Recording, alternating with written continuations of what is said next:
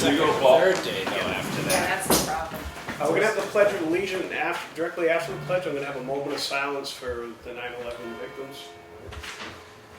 Pledge allegiance To the flag of the United States of America and to the republic for which it stands, one nation, under God, indivisible, with liberty and justice for all. Brief moment of silence to remember 9/11.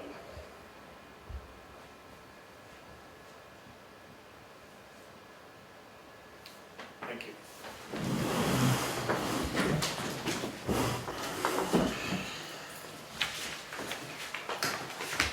Okay, welcome to our September 11th Selectmen's meeting of 2019. We have one appointment. We have Mr. Wayne Robinson here from our Parks and Rec to discuss a vehicle purchase.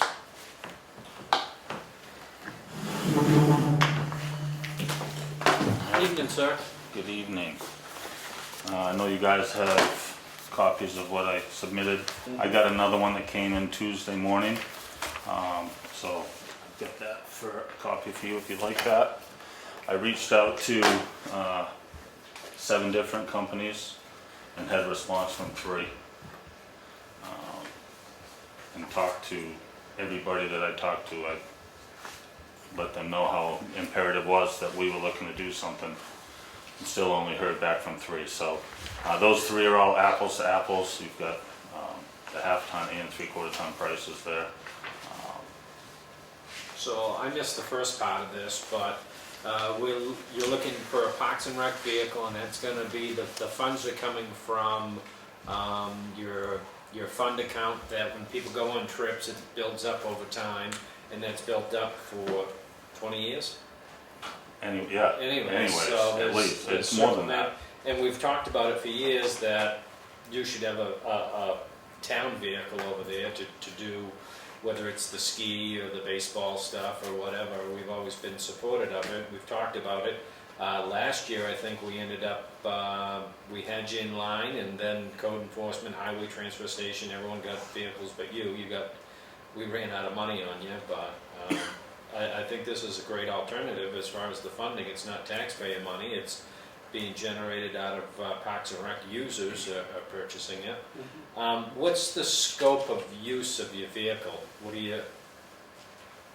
We'll be using it, doing trash runs, picking up supplies, uniforms, going to continuing ed, just to do work back and forth from the office down to the ball fields, doing work around down there. I've been borrowing the highway department truck quite a bit for the last month, and between myself and my office help, we've been using it a lot lately, and it's just hauling tools, everything else. I mean, we could use it. I've used Brock's truck a lot, and we would get a lot of use out of it. Now, you're proposing a plow. And the ski trips as well. Yeah. You're proposing a plow on this also. I am, yes, yeah. So you're thinking 3/4 ton? I am thinking 3/4 ton because of that, and I'm proposing a plow because to help with our facility, because in the past it's been we were last, which I'm out there with a snow blower and snow blowing it or shoveling or whatever, but at times there was a lot more to it than that. And down the road, if something happens at the ball field, we'll be able to use it down there at that facility, as well as if Brock or the highway department got in a jam, we'd have that to be able to at least help with the parking lots. And you're doing the before school program now too, so you need your lot done even sooner than. Yeah, we're there at 6 o'clock every 6 morning o'clock. now. So if highway doesn't get to you till 7, that's a problem for drop-offs. So I'd like to think that we confirm what Ken just said. This is totally fundraising money. It's not it won't be taxed. It won't come out of the warrant or the next March money. It's already money that's in your account from fundraising. Money that we've raised, zero That you've from raised yourself. taxpayers. Zero from taxpayers. From the program rates. Yep. Yeah. And there's $103,000 in that right now, a little That's over. awesome. And we had talked about, when Teresa was here a while ago, that we need to keep that down, not let it get that high either, so. Yeah, I We think did, the auditors. the auditors had said something. The auditors will be happy to see us spending it on a purpose that they need and would otherwise become out of the tax rate, and this way it doesn't affect the tax rate. So what's your flavor on the ones here? Well, I was hoping you guys, I'm leaning towards, so the GMC is nice, that's a extended cab, well, they call it double cab now. The Dodge, what they have is, they don't have the interim, it's a crew cab, it's already a crew cab, it gives us more room, and it's less money than the GMC.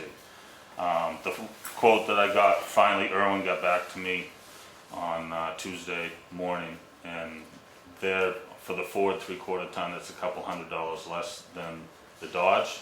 The Dodge is, you know, for that couple $100 that it would be less, I think we might be better off going with the Dodge. Just one reason is that if there's any service work, warranty work, anything like that, the company that we're looking to buy it from is right in Rochester. And it would be much easier to work with them that way. The local, I'm all for trying to give it to the local companies that are closer. It's gonna be easier for us to get there, and those were the two cheapest ones. Well, I'll speak on it because I actually know a little about this particular one. It is the bottom of the barrel, but it's the toughest truck of them. It's called the Tradesman, correct? Yep. And the Tradesman is not anything fancy whatsoever. It's a contractor truck. It's made of suspension. It's all in heavy duty. I think it's got, you know, it's got power locks, power windows, some things They all come in chrome, but it's all standard. If you were to get some, with the rebates and whatnot that are out there right now, you're better off buying something that has a little bit of extras on it than it would be to order something with just vinyl floor, bench seat, power, but the Tradesman- non-power windows or anything. And that Dodge actually is a leftover, so that is an 18. An 18. That is an 18, but this it's a is new the price, 18. 36,701 Yes, with the, that's with the plow. with the plow. Yeah. But the Tradesman is the workhorse of the Dodge truck. Yeah. Yeah, no, I You know. know, I'm, they're all pretty close in price. The GMC, a few $1,000s more. You know, I like the Tradesman. I like them both. I was hoping that someone on the commission would make a better recommendation than me at the meeting the other night, but they left it up to me. So you like either the GMC or, well, the GMC doesn't have the quad cab, right? Correct. It's not a full. It's not a full crew like the other. No, you definitely need the Ford. Yeah, So- because you know when the ski trips that we do every Friday night, we have all their equipment that we haul in the back, plus all their bags that we've been putting in the back seat of my truck until half of last year when I did use the highway truck. So that, you know, the more space we have for that is Might gonna work be out much to better. get an enclosed trailer or something someday. Yeah, and I guess the bus coordinator sent me a picture. A couple of their new buses have storage underneath now. So I don't know what it has. I don't think it has storage to put skis, but at least the bags will fit. So if we went that direction with them. Well, I will say that the Ram Tradesman, and the reason why I know is because I own one, and they stand behind it, everything about it. I haven't had any callbacks on it. Did you get it from that dealer in Rochester as Yeah. well? Yep, You did? from Poland, Yeah. yeah. I can't say I enough called- good things about it. I called Kelley. Well, someone from the commission did, and he didn't get back to us. Some of them are busy. I mean, I understand that, but I'm you a know, little disappointed you got such a better deal than I did. I was surprised at the price. Even the price on the GMC is Did you buy a leftover? really good price. I bought the same truck, and I paid more, I didn't get the crew You cab, didn't and get I the paid crew more cab. than he's paying right now, and I got a single cab. Did you get a plow? Yep, No. yep. So they're getting like 17 miles per gallon, these things? Is that what you're Yeah, getting? that's what I'm Yeah. getting in mine too. So it's, It's not you the know, when greatest, by all I means. called looking for one, the necessities were four-wheel drive, automatic, a sprayed-in liner, and a trailer hitch. That's what the big deal was, an automatic. You know, but other than that, you know, that's what I told everyone. That's the only thing that was important. Other than driving to King Pine or Gunstock though, and some training, most of your use of this will It's going to be be in town. local. Most of it will be. Yeah. I won't deny that it's probably not the greatest gas thing by all means, but I don't think any of the trucks in the 2500 is much difference between them. No. I'm surprised they're getting that much. Yeah, I'm probably getting 15 miles, but I'm probably a little different on the pedal than he will be in a town vehicle. So. Okay, I'm sure, the question will probably come up to one of us, is like, well, what's gonna happen after the vehicle's purchased? Where does the gas come from? Where does the maintenance come from? Oil changes? Yep, so we already have a line in our general budget for the fuel that we use and mileage. Mileage reimbursement. So both of those lines, we really technically, we wouldn't, I wouldn't imagine we'll have to get reimbursed at all for mileage if we have that vehicle. Okay, good. So in the fuel line that's in there now, we just use that, we should be able to run. You wanna flip-flop some of the money from mileage, just keep $1 in that to keep it open, and then And move then it put the to rest of it to the other one. fuel. And as far as maintenance goes, we shouldn't run into anything for First. 3 years anyways. 3 years. 3 years anyway, you have a warranty, before when we were thinking we were gonna just try to find something used for less money, but, you No, get it the makes warranty, sense. it makes sense to do this. Is this something the highway department can do the oil changes for you, or? Yep. It- Our- Same way that Yeah, Oh, yeah. I mean, Cause you wanna do the proper oil changes, whatever the, whatever the yeah, I think, recommended maintenance is, so that we keep the warranty in good shape. yeah, I mean, I could even do it myself if it came to it. Yeah, it's not done. It's not a big deal to do it as long as we had a spot to do it. And our bay is full all winter with the bus, so there's no room in there to even walk around, even for Toni to get around the bus. No, I just wanted to bring it up. Yeah, just for the- no, so yeah, the definitely. public- So we already had those lines, we've had those lines since we had the bus, we've had those 2 lines in there for mileage and fuel. And usually the fuel that we're using now, when we use it, it comes out of the programs that we take it in, take money in from, the fuel goes back out of that as well. So, if we're using it for the ski program, the ski program's gonna pay for the fuel, the times that we use it for that as well. Good. So the only thing it does cost the town is just registering it and insuring it. And putting our logos on. And But we I could pay- probably get that out of the same line as well. We pay a flat rate for vehicle insurance. Yeah, so that's good. It's like Good. $400 or Yeah. Yeah. regardless of what, and we have full replacement insurance, so. All right, do we need a motion Yeah. for the I'll Dodge? make the motion to push him towards the 2,500 tradesman crew cab 4x4 for 36,701 with plow. Well, this is a push, this is. You're right. Yeah. This is, he's gonna buy it. Then that's, All right, so that's the you- motion. All right. You gonna second that, Kenny, you want me I was gonna relax on the number just in case there was title and tax or something, Is that not the number? He told me that's the number. He sent me a separate email with Then it. you I get just the printed room. out the Then you win. go in the room and they push this and I that. probably have it on my phone still Yeah. too. But Should he, I No, I'm change that I was and gonna round it to Mhm. the high, no, not to exceed, not to exceed 37? what was it, 36? 36,701. No more than 37. Okay, I'll make that, I'll change that You to, amend the to, motion? I'll just amend it to not exceed the 37,000, to give you a little, Mhm. okay? in case you have to register. I'll second All right, all those in favor? Aye. Good job, Lee. Good job, Wayne. thank you. Good night. You too. I'm having them sign a purchase order for you. Okay, perfect. I'll be in touch with them tomorrow. Thank you. You got it. Okay. Just sign that. And I'll And attach, this will be part of that motion too. yep, and I'll attach one of these to it so that we have it for the auditors. Okay, unscheduled matters, public comment. Do we have? I'm the only public here tonight. Yeah.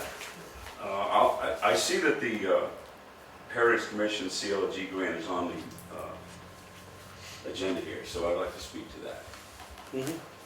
Mhm. I could talk all night about why I feel that this is a crazy use of public money to spend $18,000 to x-ray the dirt in Turntable Park so we can draw a map of where some old buildings used to stay. But it seems to me that it's kind of a done deal, so I'm not gonna beat that. And it's also a fact that it is not property tax dollars is funding it. The public should be aware of that this was a grant from the federal government that came down to the state. I mean, our roads are crumbling, our bridges are getting red listed, and we're spending $18,000 to x-ray the dirt. Okay, so be it. But my concern is that in the grant application, there were some things said that trouble me. And I think I don't think the selectmen have neglected their duties, or the town administrator, or anything like that. I'm not here to get after anybody that way, but my concern is that the grant application says that x-raying the dirt over there, or this archaeological survey, as it's called, is phase one of a three-part thing, and it's phase two. Let me just read you a little bit from it here.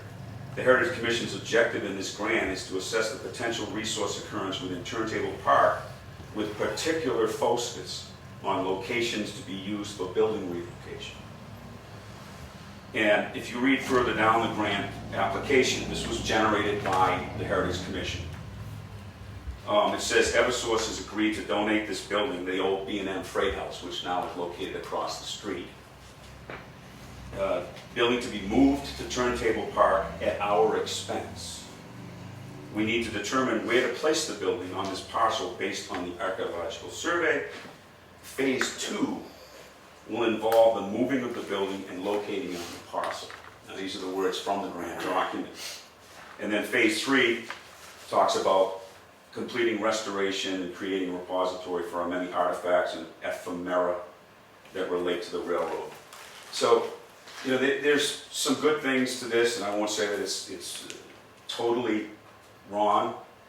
My concern is that I know that our selectmen, our administration is very much in favor of transparency.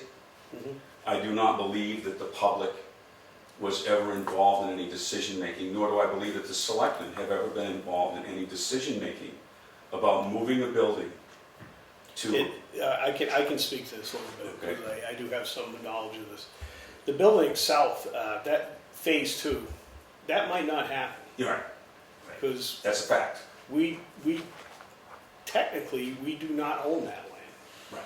And cannot own it. The state is no Yeah. longer selling Right. those to. So that might not happen, and they'd already gotten the, approval for this grant, for the layout. And that, if anything, they're gonna be able to, like, make a map of what used to be there. So as far as the buildings getting moved or anything like that, none of that's taken place. That would come to us anyway, Yes. but we don't even own the land, so. Right. We'd have to get permission from them to do it. Technically, we don't even have, the original long-term lease expired in May of 2017. So it just keeps going on until a new one takes its place. But I spoke to Chris Gamache at another meeting probably a month ago, and he said that, because I was interested in obtaining another long-term lease. Because we do, I mean, we mow use it, yeah. we use it on Pride, it's a very integral part of the community, and especially Sandburgville. And so I'm concerned about us continuing to, whatever the ongoing liability is, of continuing to have programs there and not really even have a long-term lease. And Chris Gamache told me that it's unlikely I'll even get another long-term lease. In the interim, what they're going to probably offer us is a 3-year special use permit. And I think, just my personal opinion, and it's the board's decision, and Heritage Commission, I'm sure, will make a recommendation.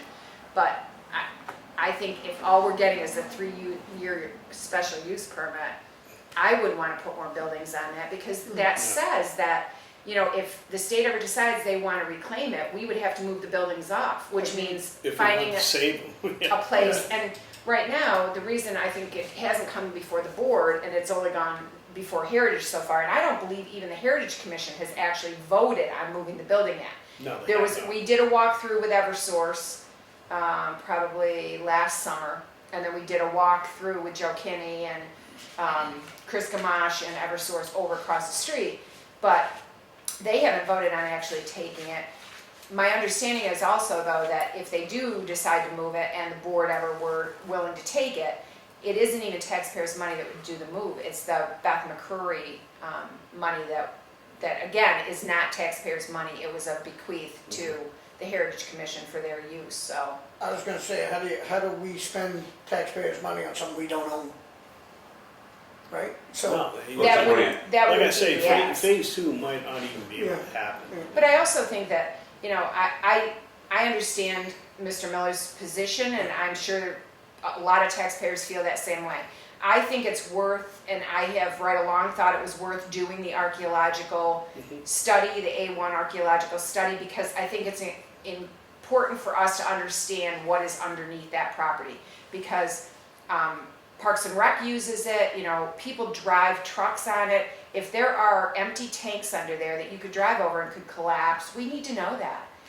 Not just from a historical standpoint, but from a safety standpoint of, you know, we use it for many things, and the Lions Club works on the little stage over there, and we just want to make sure that whatever use we put it to, we're being safe and conscientious about it, so. so the grant money, it's money that's coming from the state, not from It's a taxpayers it's of the actually- town. It's actually federal money that passes Federal through to money. the state Right. through New Hampshire Historic Preservation.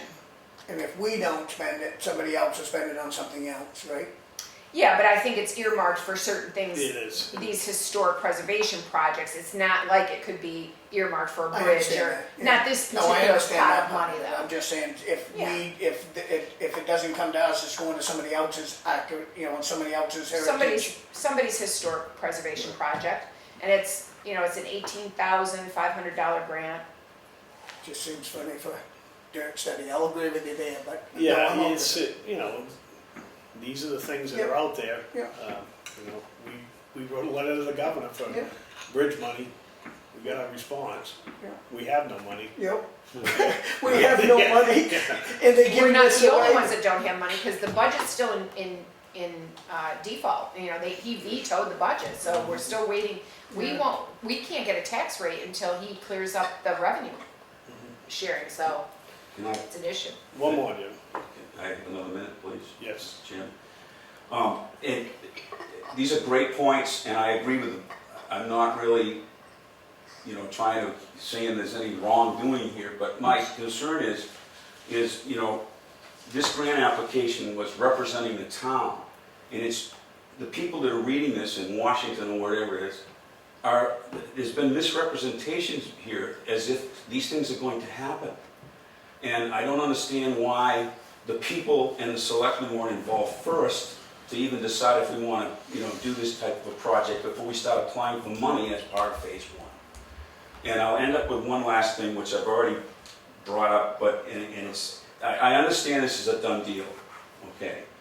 But the same people who wrote these words, if you look at the last line on page 5, it clearly states, should the aforementioned lease not be executed, the grant request must be withdrawn. It doesn't say maybe, it doesn't say should be, it shouldn't, it doesn't say might be, it says must.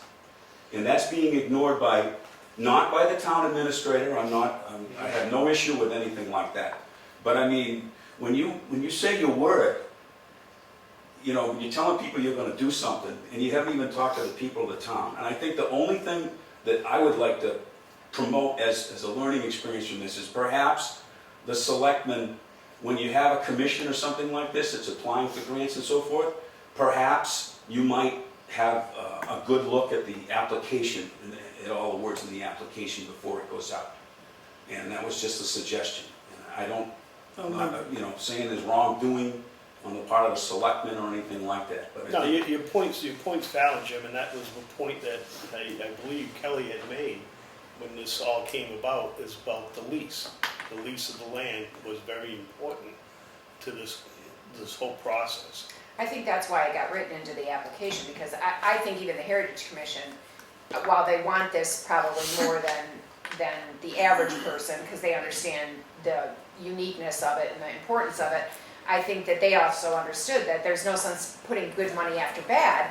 But here's the deal, while those were conditions that were written in the application, they were not picked up by the state in the actual grant. There is no place in the grant that says one of the conditions is that we get the lease. They dropped that condition, even though we had it in the application. So it is not a condition of the grant. It was a condition we were willing to give them in the application, and the state did not pick it up in the grant.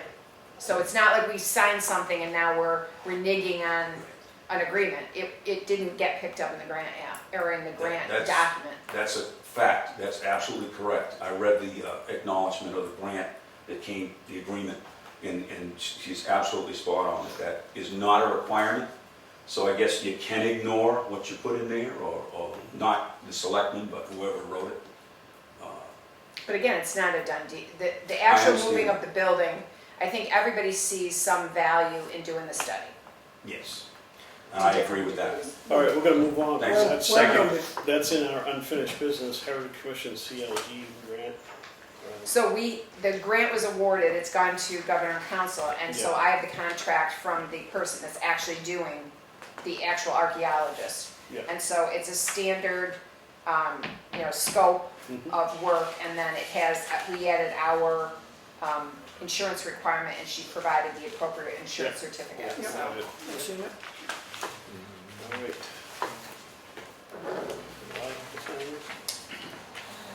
Yeah, you may need to make a motion. It's just you, right? Yeah, Make a motion to authorize the chair to sign it. I'll make that motion. I'll second it. all those in favor? Aye.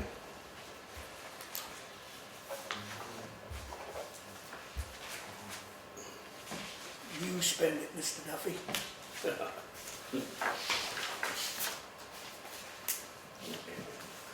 All right, so we got that out of the way.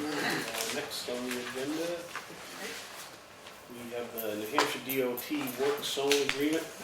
So you had a public hearing on the work that's going to be done to shut down 16 to do the work on the railroad crossing just below the Irving station. I've never seen one of these, so I took a look at it and I made sure, I was a little concerned about C. The department as of April 1st, 2013 will only compensate the use of police officers that have successfully completed the New Hampshire DOT approved course on the safe and effective use of law enforcement and work zones. I wanted to make sure that if John detailed anybody out there, that we got reimbursed for it, because Yeah. the taxpayers shouldn't have to pay for that detail since it's a DOT project. So they said they copied John on it, but I also sent a copy over and had a conversation with him about, I'm sure the guys he uses have this certification, or he won't use them. But I wanted to make sure, that was the only thing that I really think is in our purview and would significantly impact us. And I think you heard her say that they'd use flaggers or police as necessary, or and a combination of signage and live flagging. So I just wanted to make sure that you guys, we knew where we were with that, and that John was aware of it. So that was my only, I don't think you have any choice. They're gonna do They this gotta do work, it, yeah. it needs to be done. Yeah. We wanna make sure it's up to code. I guess it'll Yeah. make the railroad crossing safer. Kinda think it's a no-brainer. Good point. And I think is this also just for, yeah, authorized municipal. So if you guys could vote in these two, Authorize me to sign. authorize the chair to sign. Make that motion. Second? All in favor? Aye.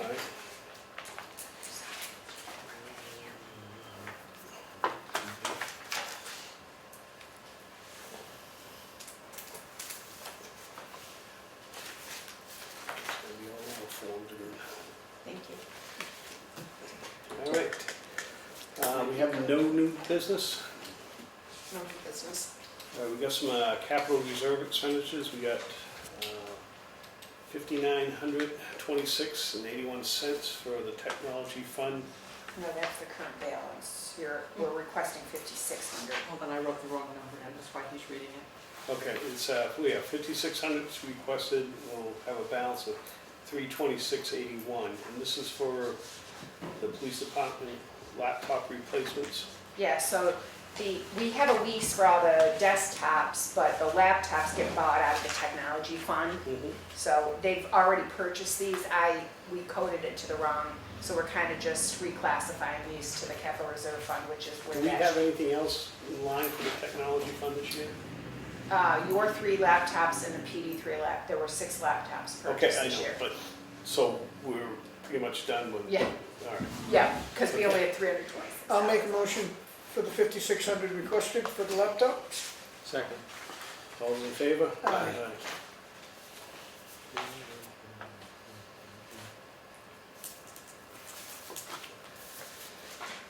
We have another capital reserve fund expenditure for the highway road projects, and this is the paving on Acton Ridge Road, Dearborn Road, and Ballard's Ridge Road.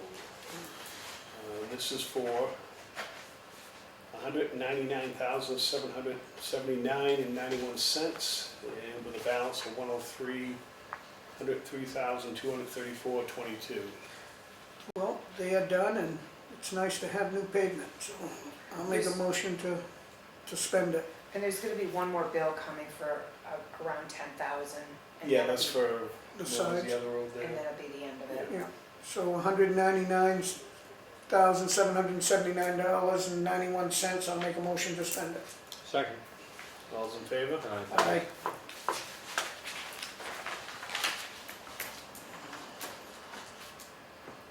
Being on roads there, I got a complaint from someone on Harmony Drive about their pavement. Can you bring that up to Brown, so we can look at it?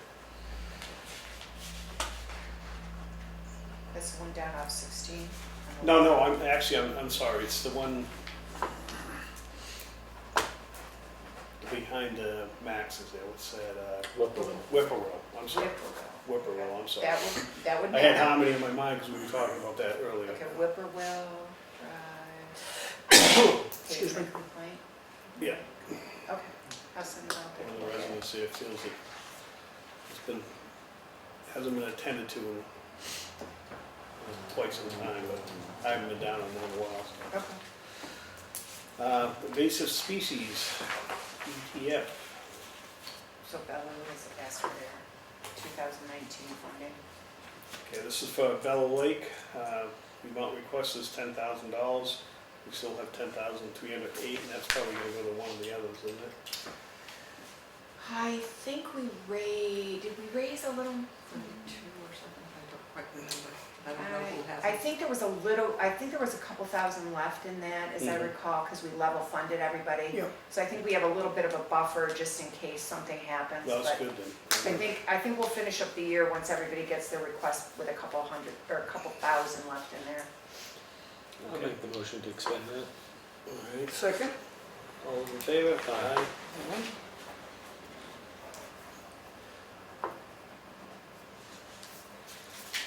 Okay, correspondence, we got something from the New Hampshire DRA for Mosaic parcel map.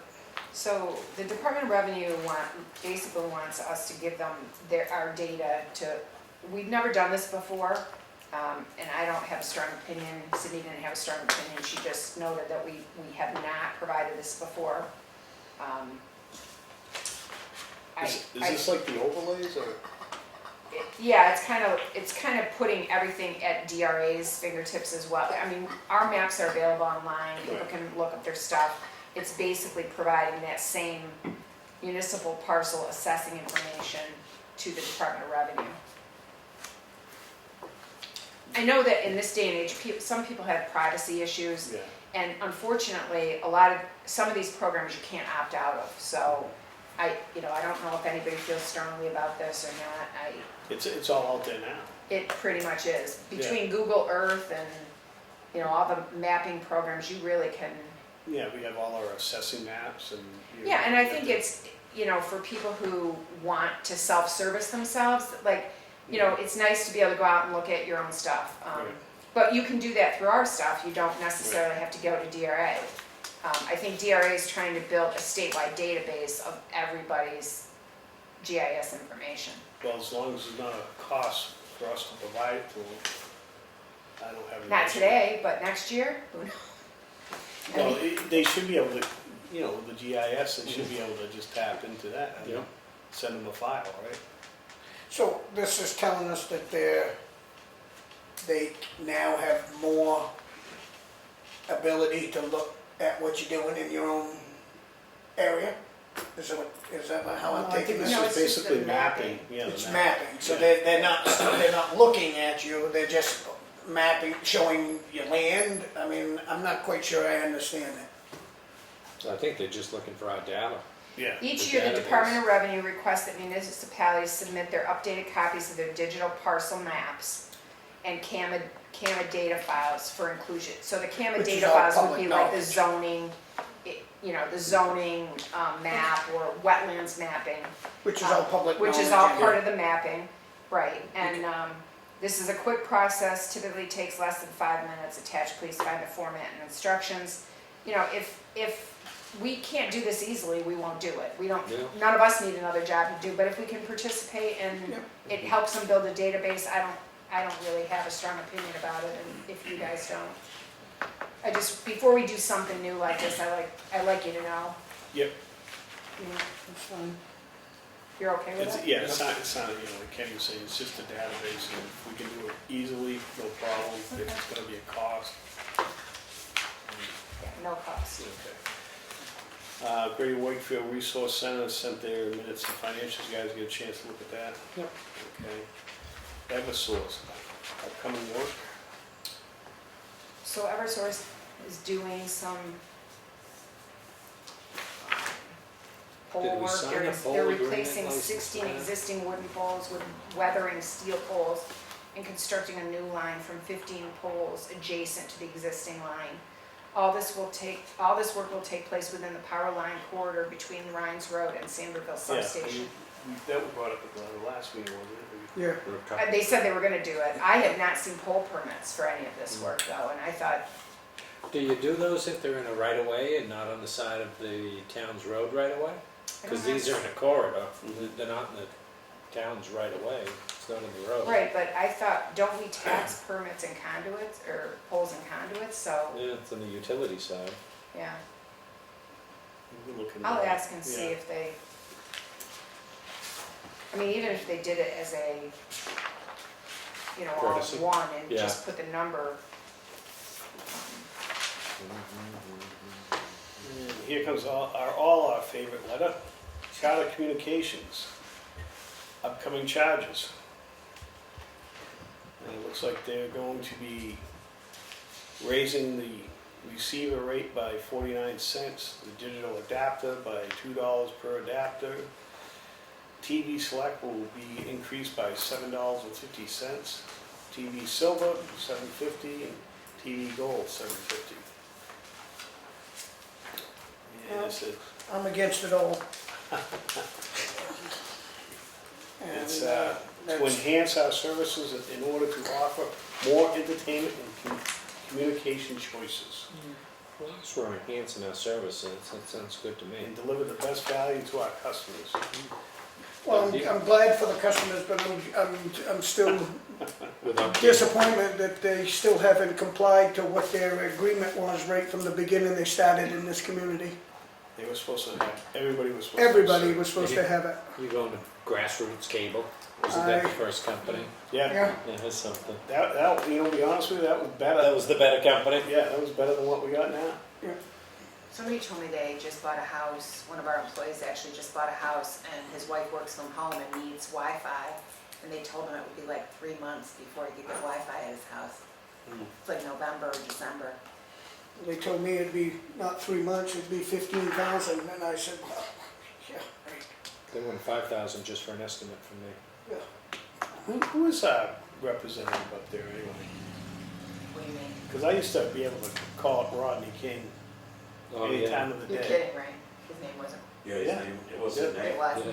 So our person now just changed, her name is Jennifer DeChant. Oh, it's not the other woman there? No, it's a new one, probably 6 months ago.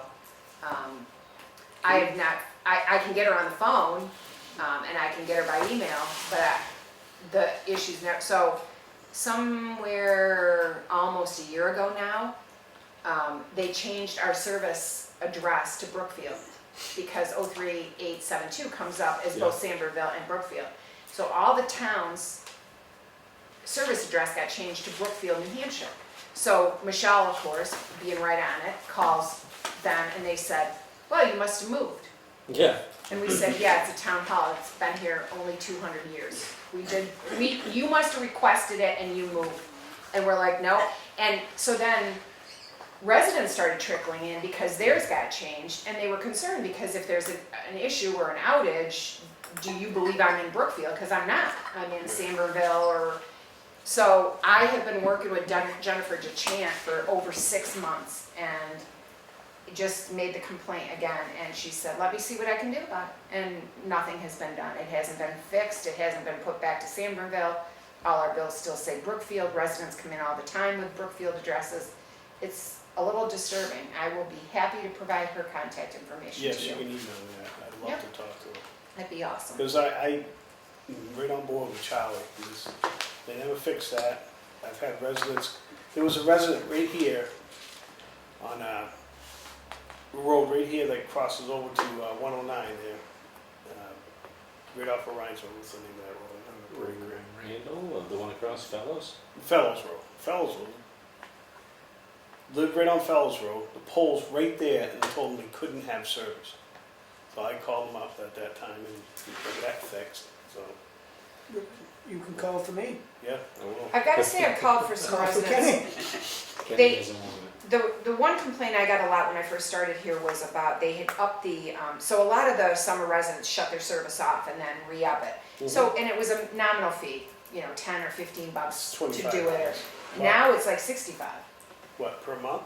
to shut it off. And so it used to be worth it to pay $15 to shut it off and $15 to turn it on. It was $30 a year. But then it went up to, it was either 35 or They 65. don't charge you now, they just give you a lower monthly fee, because that's what I do at the cottage. Well, the resident that had it got billed $65, and she was not happy because she can't afford it. And so I called, and they credited that, and I haven't heard of anybody else doing that. And I've had a few other people that have gotten charged for equipment that they said they brought back, and they had U.S. Postal Service notes. So I have pretty good luck with some things, Yeah. and other things not so much. I Okay. can't get my own Yeah, address. I'd like to talk to her, I corrected. haven't been involved in that in a Yeah. while, and I'd like to shake a few. I'll make sure you have her, I'll give you her email and her phone number. Good for you. Public comment number 2. Well, keep, Yes, sir. go ahead. You have a Keep gentleman each that hasn't spoken. Yeah, I just wanted to support what Jim Miller said about the grant, and that's why I mentioned about a year ago about a grant review committee. It's helped the county out drastically. The delegation has the authority to create a grant review committee, and what it did is it brought the commissioners and the delegation together to talk about any grant that comes through. So if a department head comes to the county commissioners and says, for instance, the sheriff wants the towers, the new tower system put up, he comes in and says, I'm going to apply for a grant, and then it triggers the grant review committee. They meet, they talk about it, and they understand it. Because you get caught with things, obviously you've redlined this grant, and there's things that not everybody knew, and that should be vetted out. Up at the county, the sheriff's towers had a stipulation in it about the local planning boards that the tower is sitting upon is going to have all this extra site plans and stuff, and that costs money. So that wasn't necessarily talked about in the grant review committee, but it should have been, because it was in the grant. It's just an idea to do that, to have it. Who actually participates in this grant review? Do they have? It's an appointed committee, so it's the appointing authority is the commissioner, since the commissioners has it. You would be the appointing authority, and then that person, the committee has its own minutes, they review it, and then they give you a report. I'm trying to do a pretty complicated hazard mitigation and emergency management, emergency plan for Brookfield. It's a federal grant, and it's very difficult to review federal grants, and I noticed that's a federal grant, so I'm sure there's stuff in there that the state didn't even know about. So, that said, about the cable channel. Next week, September 18th, you're having Carroll County Broadband here in this room between 10 a.m. and 12 noon. So that's September 18th, and they're going to talk about getting more hardwired broadband cable wires and stuff put up. Apparently, the group has found out that there is a lot of fiber already up. It's just not terminated anywhere, because there's a whole issue about how you terminate things to a pole and rules and everything else, so that has to be worked out.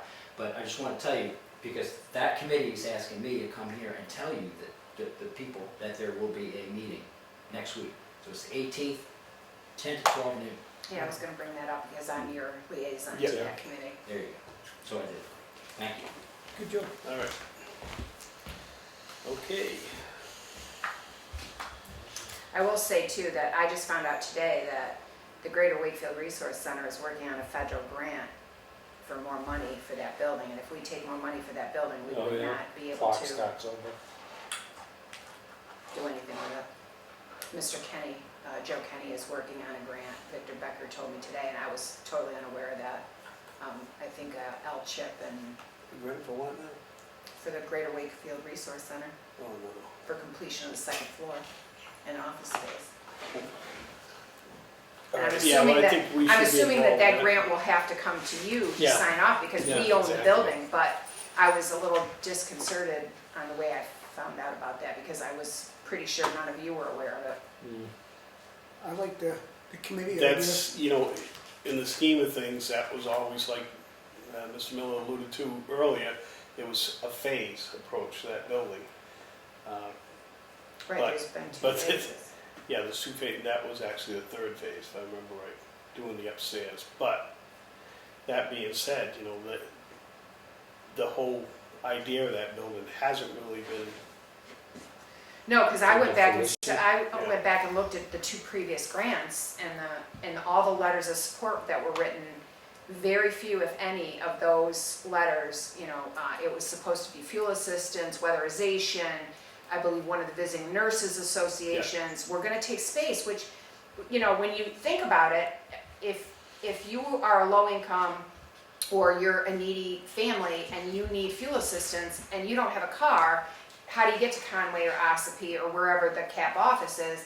So it made sense that if we could bring those players to town once a week, once a month, whatever, it's one of the barriers to accessing these low-income services.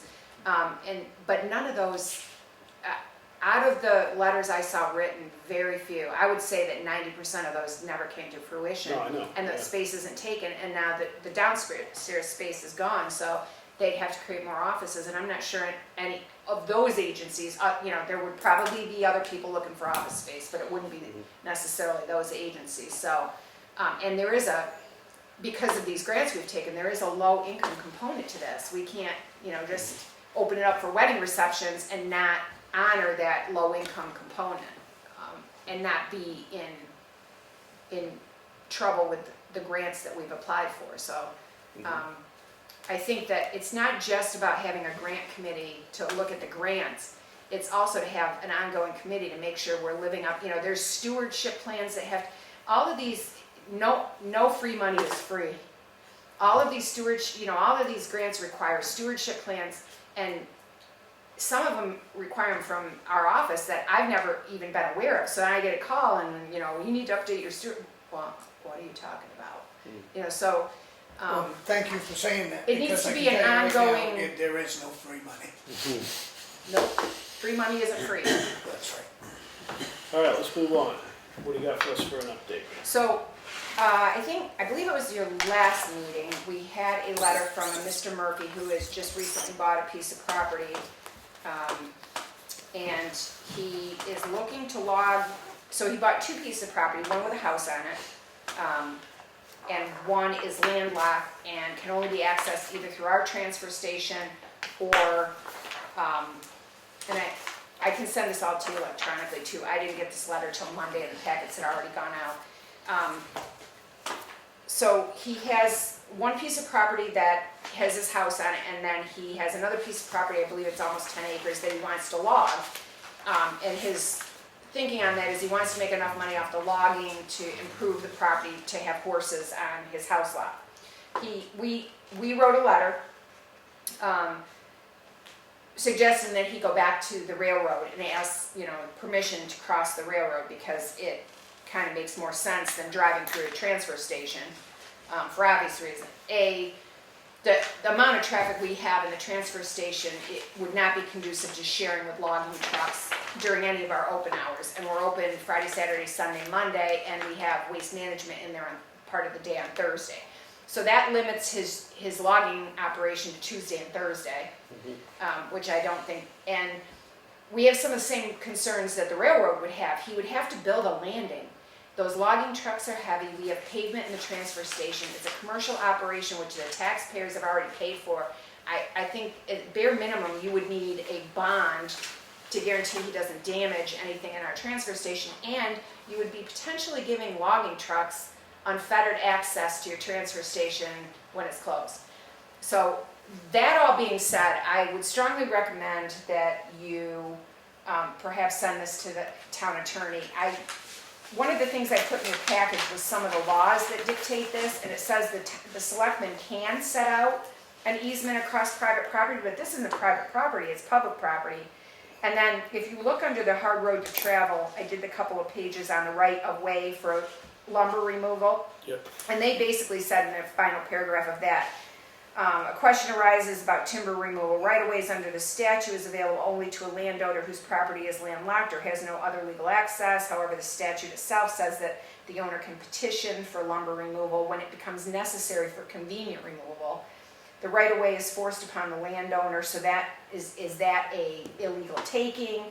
And based on the constitutionality of this, they strongly suggest you go to your municipal town attorney. I think we would have insurance liability issues. I think we would have commercial operation issues. And I think that laying out a right-of-way for logging trucks, even for a short term, I'm not sure that it's really gonna be worth it for this gentleman.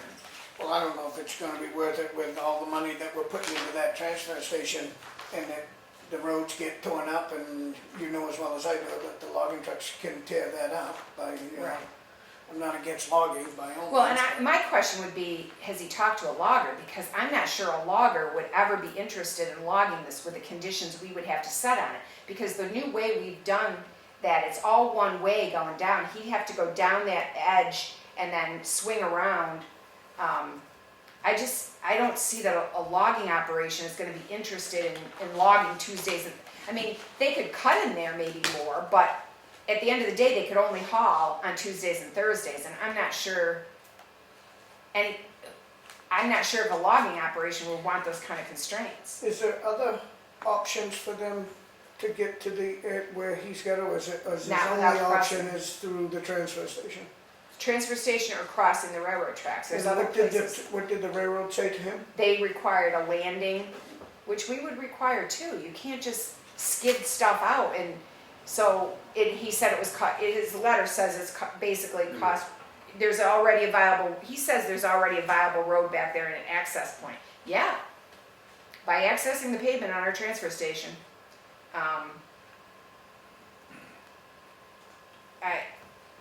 I'm all about helping, but I'm not into helping where it destroys. And he says, we realize our property is landlocked by the railroad tracks to the east and the river to the south and west. So he has, it's railroad tracks, river, transfer station. Build a temporary bridge across the railroad. Well, that's what they That's what they said, but they said it would be cost prohibitive, basically. But I don't think ours would be any less cost prohibitive, is what I'm saying. I would defer to the town attorney on what would be a reasonable bond to post for this. And again, it would still have conditions on access on Tuesdays and Wednesdays. That's the only day we're really not, and I can't see a logging operation. Working 2 days a week. Well, no, I don't see them they're in it they've gotta make money for it to be worth doing for them. And if they could only access it on Tuesdays and Tuesday and Wednesdays, I'm not sure he's already got somebody on the hook for this. Kenneth, what do you feel about that way? That's your project down there. Well, I mean, if you limited it to Tuesday and Wednesday, I think you'd have to have staff down there as well. Open the gate, close the gate, get them Yeah. through and stuff like Because people that. will be wanting to use Yeah. the dump. Yeah, you can't open the gate and leave it open. No. How do you feel about that as in the destruction of your project? I'd tell them, I mean, if the railroad gave them an option, they have to build a landing and cross it and then probably take the crossing out. Sounds good to me. For the railroad? Yeah. Yeah, I Use agree. your option. Yeah, there's your option. Okay, I'll second that. Well, it's even, like, you going through the transfer station, he's still gonna have to do something. He's gonna have to clear, because who owns 7? Yeah. I think we own everything, we own everything up 59, to this. 58, 7. Yeah, So he's gonna have to make a logging path through there. he says that there's a pretty good road in there from when they set the power lines, but I don't think that that's, Oh, then he'd be in PSNH's right away, skidding Yeah. up through there. yeah, That's and what I I'm don't, saying, he'd have to Yeah, clear. if he has an option to cross the railroad tracks, then utilize that.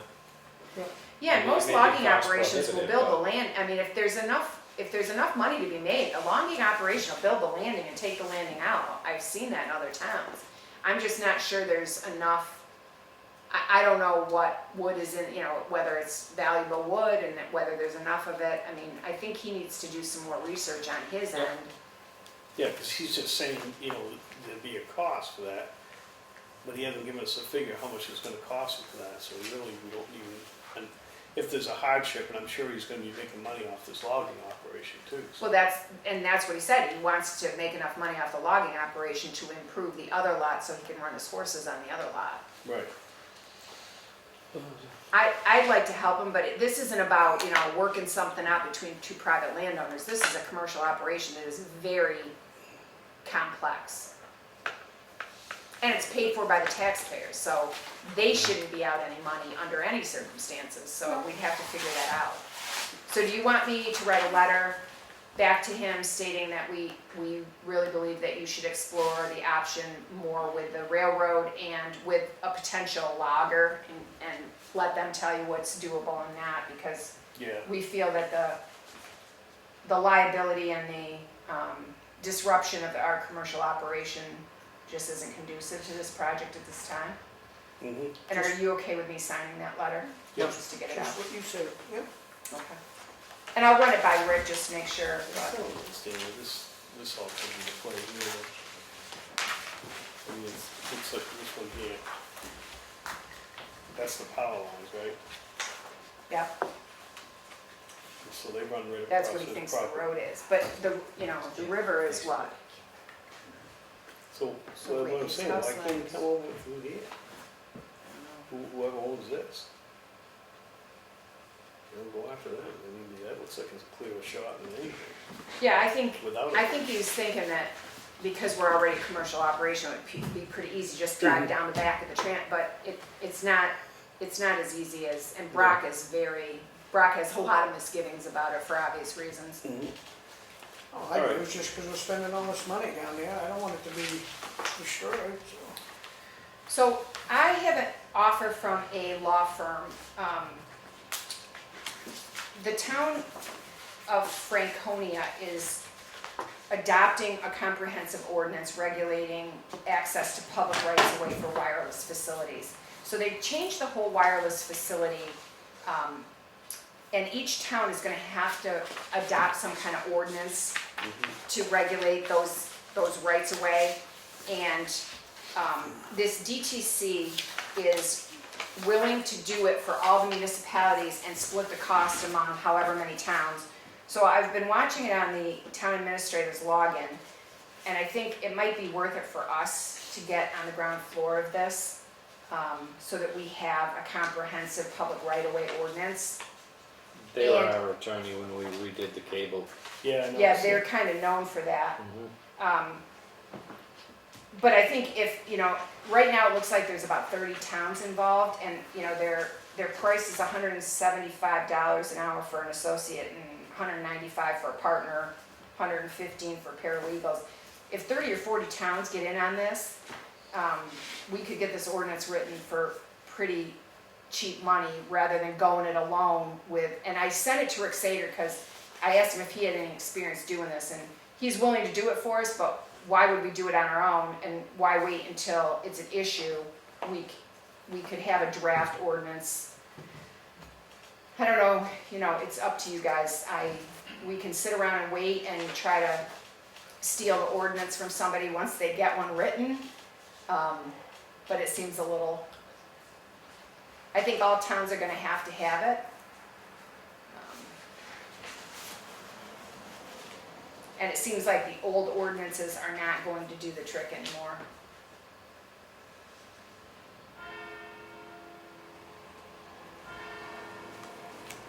The old RSA 231-159 is no longer sufficient. And furthermore, planning and zoning laws and procedures no longer apply to certain wireless deployments. I think the reason a bunch of towns are soliciting this right now is to protect them so that they don't wind up the capital of the wireless tower. Well, I would let them know, they want a response by September 14th. I'd like to read through this a little bit more. Okay, Just tell them, we just got this and okay. we need a little bit of time. Yeah, it just came on my radar this week, so Yeah. I will get you a little more information, because there's some places to go to get it, and Yeah. I'll agenda it for next time, and Okay, just let them know that we may still be interested, we just can't pull the trigger. okay. So, we talked about the church has a facilities use for our opera house. I think they're having a singer at the end of this month and a movie in October. So they approached me about running the lights and sound for that, and I don't really have anybody. Gabe used to do that for us, and he's in California most of the time now. There was a kid that did it for Scamp, his name was Cameron. I'm just concerned because the last time Scamp did it, they changed some stuff that worked for them, and then Gabe came in to do the budget committee meeting, and a bunch of stuff had been changed, and he didn't know it had been changed and didn't know how it changed it. So I don't have anybody that can do this. Clearview doesn't have anybody that does this regularly. They can hire somebody to do it, but it's our equipment, and what concerns me is without a building and grounds person to oversee this, I can't have somebody in here with sound and lights and then have a budget committee meeting on Tuesday night and nobody can operate the sound and lights because something got changed. So I'm happy to do what we've been doing in the past and issue a key to the sound system to Cameron or to, I think there's a guy, Lance. But I just want to make sure that the agency that is using the room understands that nothing can be changed without the town's permission, and anything that gets used needs to be put back the way they found it. Because we don't really have anybody. Toni and I don't know how to run that system. We can't lug tables or sound equipment around, it's too heavy for us. So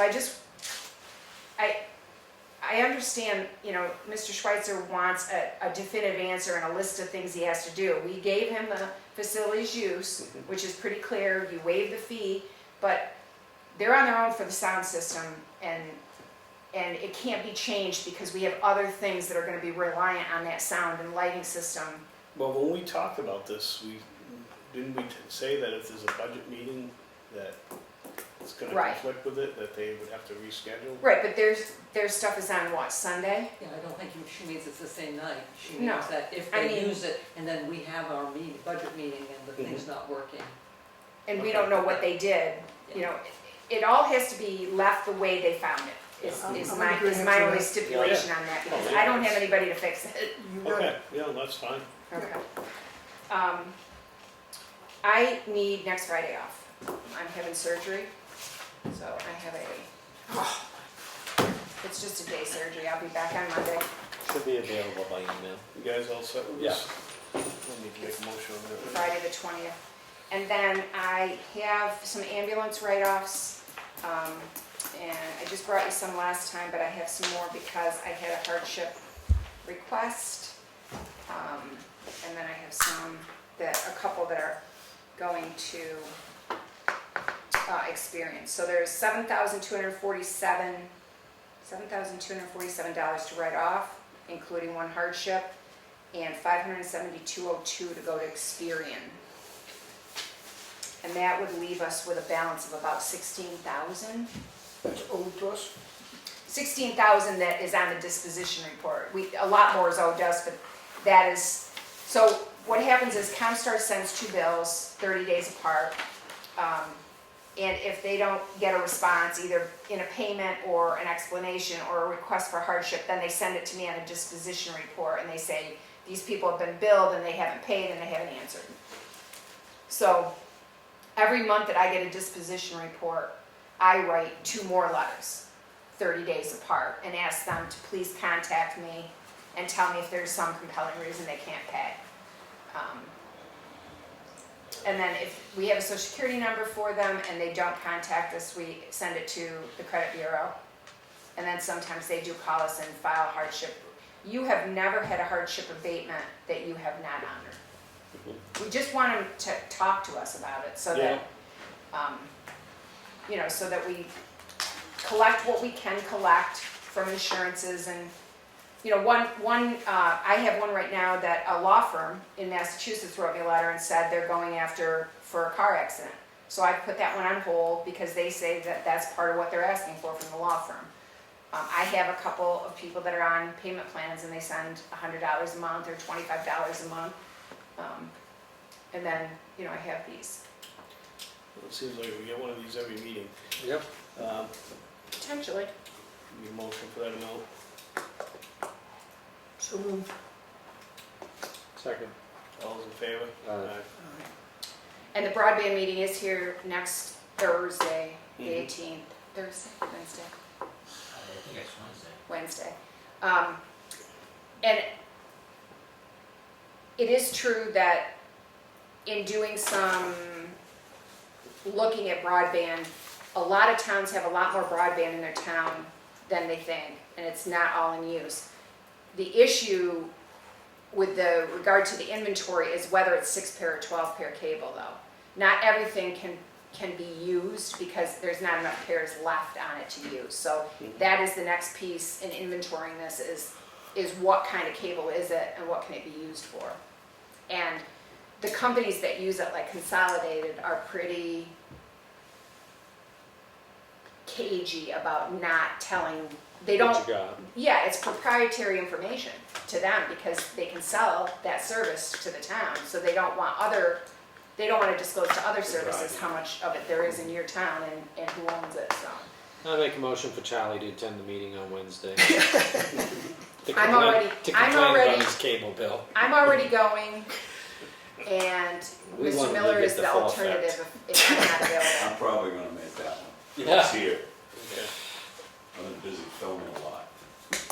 Bring your camera. That's all I have. Okay. Now we got tax collections monthly report. You guys get a chance to do that? Yep. All right, we're gonna go with that. Building permit releases, I saw we had 2. You do have to. Okay. Need a motion for, I'll make a motion to, for Water Village LLC. Drive LLC, Okay, Village that's right away. Village right away. 2249, page 0685. I'll second him. All in favor? Aye. I'll make a motion for the 94 Buttercup, Level Lakes Heights Road, Level Heights Road. Okay, I'll second that one. All those in favor? Aye. All right,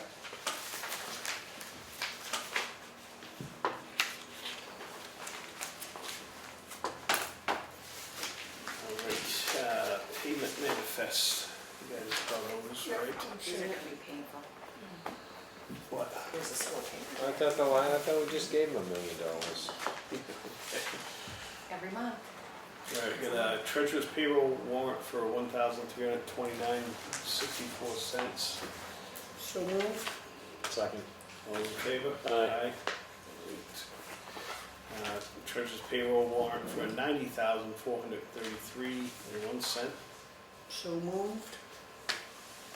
I'll second that one. All those in favor? Aye. Aye. Another treasurer's warrant. Yeah, this is the one we don't want. For $1,152,134.53. What happens if we deny that? Kids become uneducated. Is that how it works? Eventually you shut down the Paul School. Just seems like, gee, my God, we spend so much money. Mr. Chairman, can you read the amount again, please? It's $1,152,134.53. Did that sink? Cause it sinks in with us. Some. Yeah, I know. What are you gonna do? I mean, my goodness. You got a motion? I'll make the motion. All right, I'll second it. All those in favor? Aye. Aye. All right, and we can see, we got Hopefully treasurer's warrant. someday it'll get better. Pays out. This one's, Voided check. yeah, it's a voided check. Yeah, it's minus. Yeah, go negative 531.97. I'll make the motion to accept the voided check. All right, all those in favor? Aye. Did you second it, Kenny? Yeah.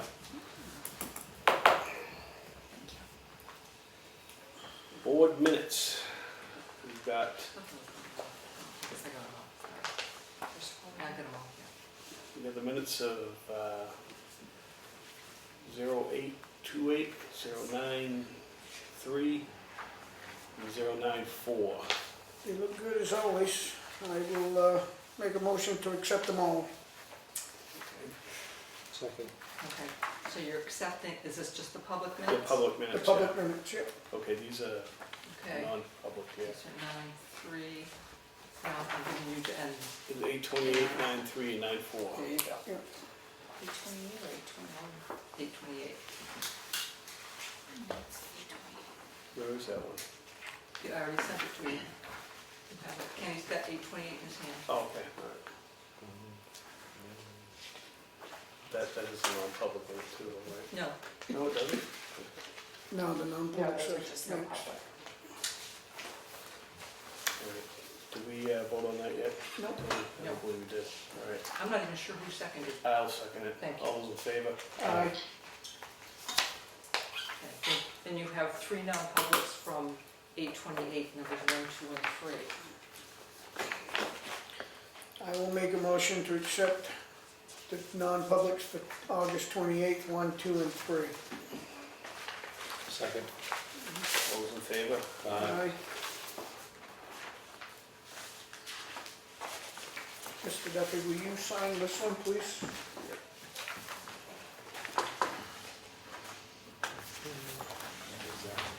Thank you. Then you have sealed, but I'll wait until you're done with that. Okay, put these stickies on here and I signed the front page.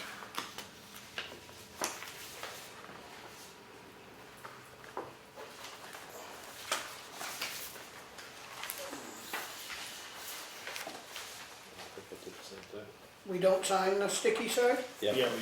I messed up. Okay, so we have the Here, can you- three non-publics that are sealed. 828, 4, 5, and 6. Yep.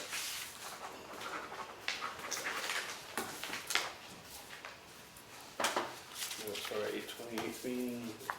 I'll make a motion to accept the non-public sealed minutes. I'll second it. All those in favor? Aye. Aye. And 1 sealed set from September 4th.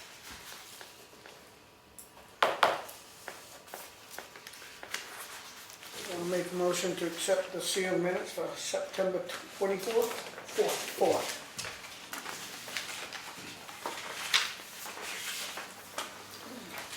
I'll second that. All those in favor? Aye. Aye.